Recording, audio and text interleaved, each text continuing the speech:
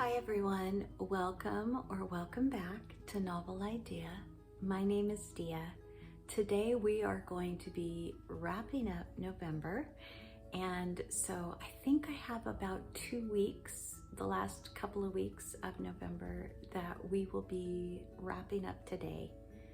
I am going to go over the nonfiction first because we are finishing up nonfiction November, and then we'll talk about the fiction.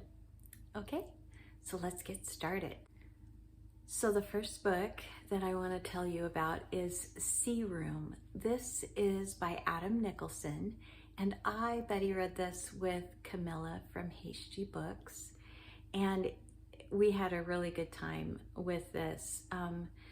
There were times when Adam got a little too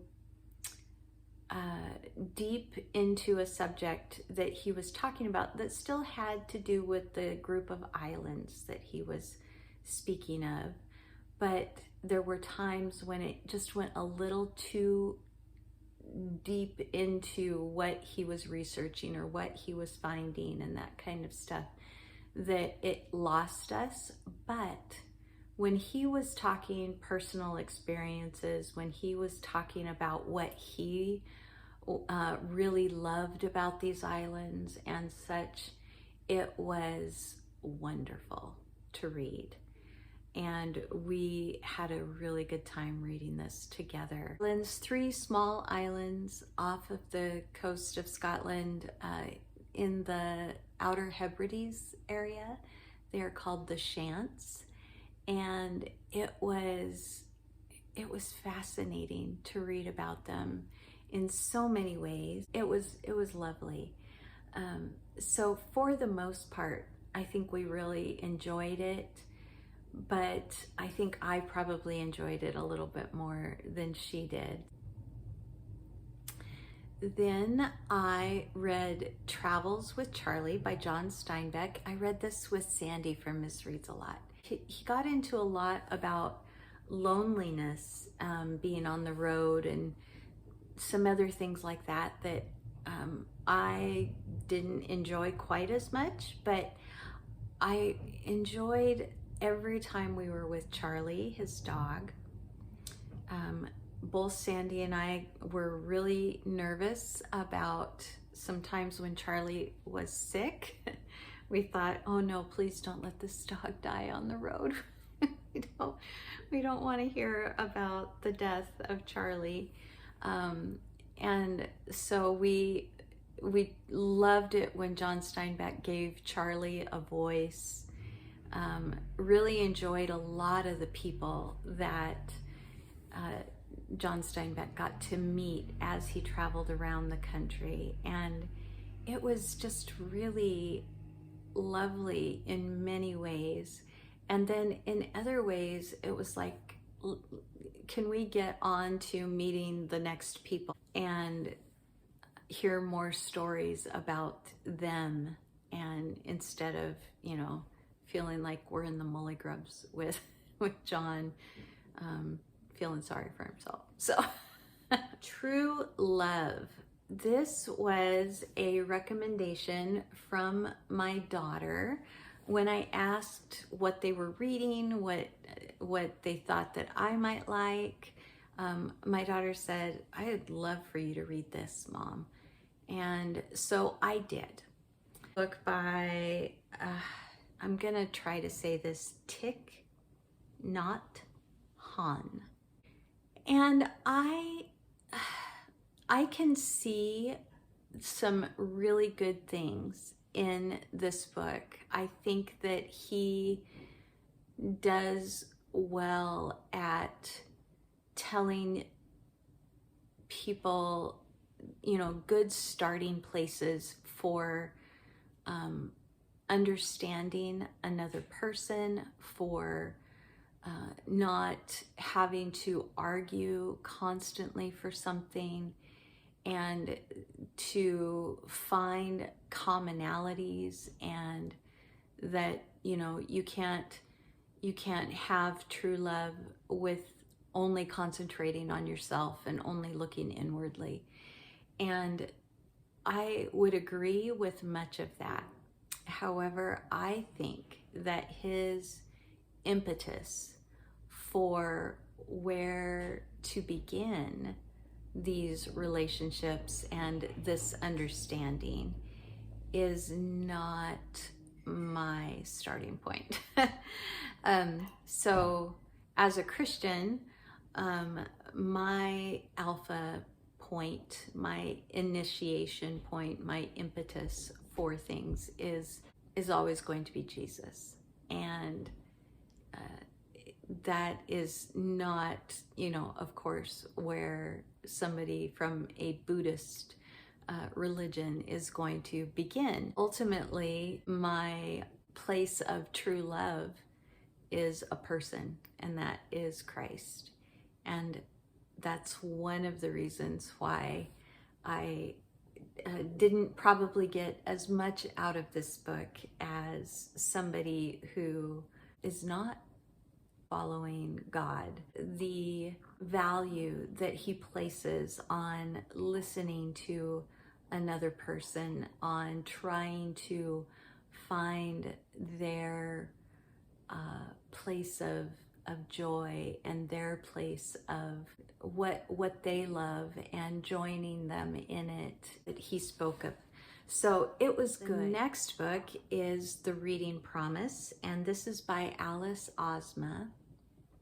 And again, a book that I had some high hopes for, but just didn't quite get there for me. I found Alice, her recollections. So this is a story about her pact that she made with her dad to read out loud to, either she read out loud to him or he read out loud to her, for 1,000 nights. And they extended it beyond that, and it lasted for years and years and years, and didn't finish until after she left for college. And so I enjoyed so much of this when she was talking specifically about the reading pact, when she was talking specifically about the books that they read and how they made time for the pact to stay intact and, to not drop the ball with it, whether that meant that they just had to read an article to each other or a quick news story or, something, if they were far away from one another or really exhausted at night or something, that they had to read, at least 10 or 15 minutes. And so I appreciated those moments, but she got into a lot more of life than just that. She was just difficult to appreciate as a child, especially. And so I just didn't get as much out of it as I was hoping to. And so that was The Reading Promise by Alice Ozma. Then I read Almost Nearly Perfect People. And this was about the studies that have been done to find the world's happiest people, which often comes out as the Danish people. And he just was, so this is by Michael Booth, and Michael is married to a Danish woman and has spent much of his life living there. And he was never quite sure why these studies kept coming out that Danish people were, the happiest place on earth and the happiest people on earth. And so he decided to do a study because dozens and dozens of studies have been done, and even if the Danes don't end up being the very tippy top, they're always in like the top 5, but it's almost always a Scandinavian country. And so he decided to go all over the different Scandinavian countries and Iceland and find out what could possibly be causing these studies to be coming out as consistently with, you know, this particular people being the happiest on earth, and find out why. And I really enjoyed this book. I initially thought that it was probably going to be a little bit dry, and it was going to be a lot of scientific facts and, you know, studies and talking about these different studies. And he does do that. But in going to these different countries himself and staying there and experiencing them and talking to the people and the communities and the people in charge of those communities, whether it's mayors or governors or, you know, whatever, that he made it a much more enjoyable read because he was talking about his own personal experiences. And so I really, really liked it. I don't know that he was convinced at the end of it that the Danes deserve that title, but nonetheless, it does seem that he did come to a conclusion that there's good reason for the Scandinavian countries to be given to happiness.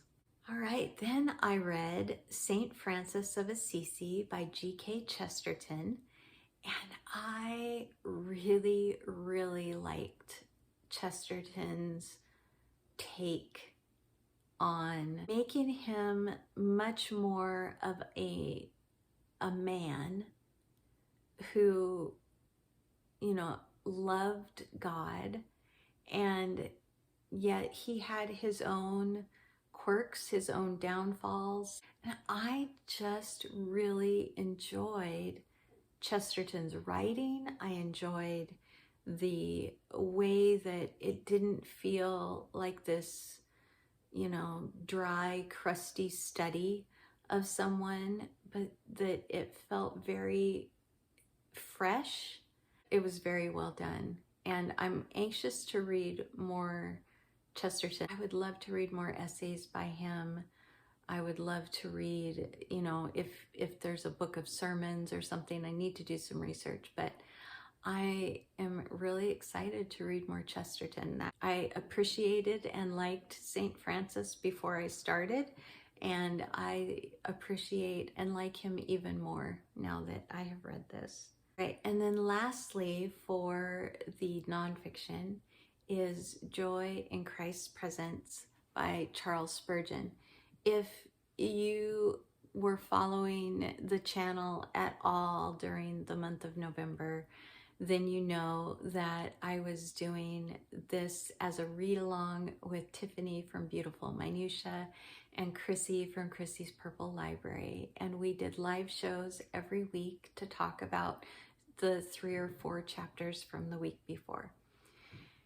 So this book is going to be an all-time favorite for the rest of my life, I think. Not just for this year, but for the rest of my life. I just found Spurgeon to be so relatable, and yet not in a way that allowed for me to stay where I am or who I am. It was a call upward, further up and further in, as C.S. Lewis would say. But it was also just very easy for me to see myself as he was talking, and as he was pointing out the ways to find joy in Christ. And just such a good reminder, and a shift in my thinking, a shift in my emotions. And I cannot recommend this book highly enough. It was wonderful. And the great thing is that every single person that I have talked to that read this book with us feels the same way. So yeah, just wonderful, wonderful book. All right, so let's talk about some fiction. So the first one is The Black Veil. This is part of my continuing series that I am reading through, and this is, I think, book 5 in the Green Riders series by Kristen Britton. And I didn't enjoy this one quite as much. I can't tell you too much about it, but I will say that this one was a little bit more relationshipy than the other ones have been. And so I just didn't care for it quite as much as I have the books before it, because what I really love about this series is the world and the kind of magic that the writers possess and that the horses possess. And I didn't get as much of it in this book because it was a little more focused on the forbidden relationships, let's put it that way.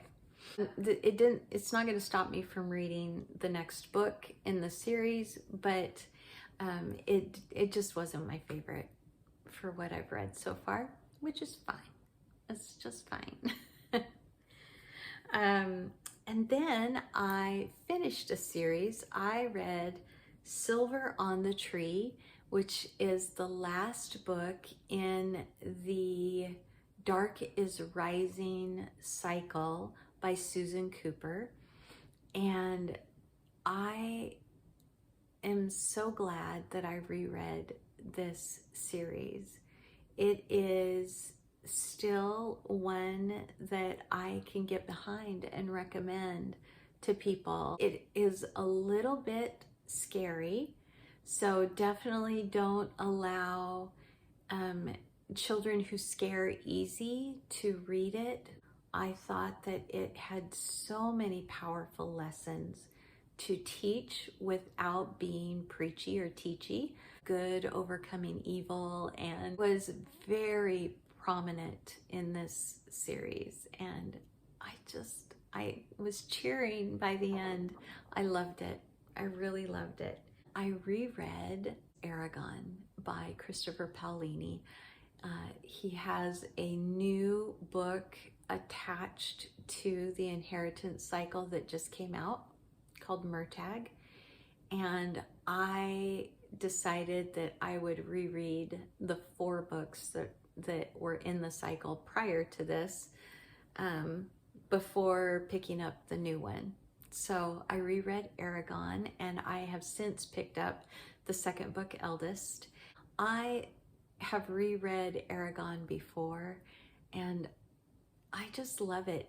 It's a little bit sentimental to me because it was a book that we listened to on audio when we were painting our living room. It was long enough of a book that it's the only thing that we listened to while we were painting. We had a very large living room at the time. And so anyway, it was wonderful. It was just wonderful to revisit the story again. And it is about a boy who unsuspectingly and unavoidably finds a stone. He thinks it ends up being a dragon egg, and it's unheard of in the day and age that he finds it to for that to happen. And then it's about kind of this journey of him becoming a dragon rider and learning about what that means, and how to stand up against evil and just all these other things. And it's wonderful. It's absolutely wonderful. And so just really enjoying being back in this world again with Eragon and Saphira.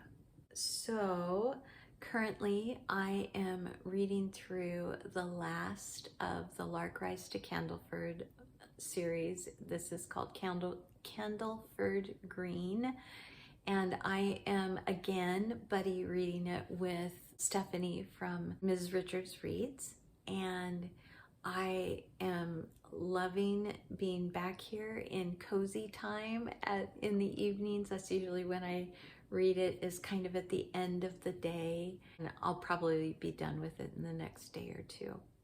So anyway, those are my November reads. I would love to know if you have read any of them, if you agree with my thoughts, if you find any of them that you think might be interesting to you, even if I didn't find them totally interesting.